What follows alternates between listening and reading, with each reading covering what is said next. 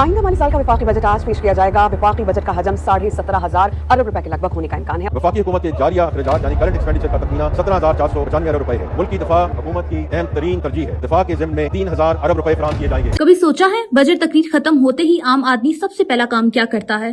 वो खरबों के ऐदाद नहीं गिनता, वो अपनी जेब देखता है।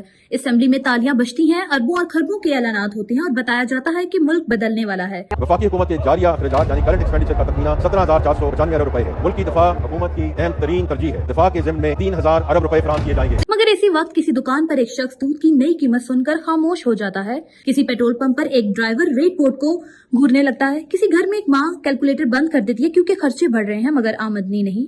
यही वो लम्हा है जहाँ सरकारी बजट और आम आदमी का बजट आमने सामने आ जाते हैं। एक तरफ अरबों की बातें, दूसरी तरफ सवाल सिर्फ एक, दाल कितने की हो गई?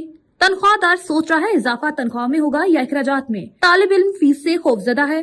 कारोबारी शख्स नए टैक्स पढ़कर खामोश है और मतवसत तबका वो हमेशा की तरह उम्मीद और खदशे के दरमियान खड़ा है। में आपको बचता कितना है? सिर्फ एक 500 रुपया। हमें नहीं उम्मीद कि ये गरीब के हक में कुछ सोचे। गरीब बंदा तो मर गया।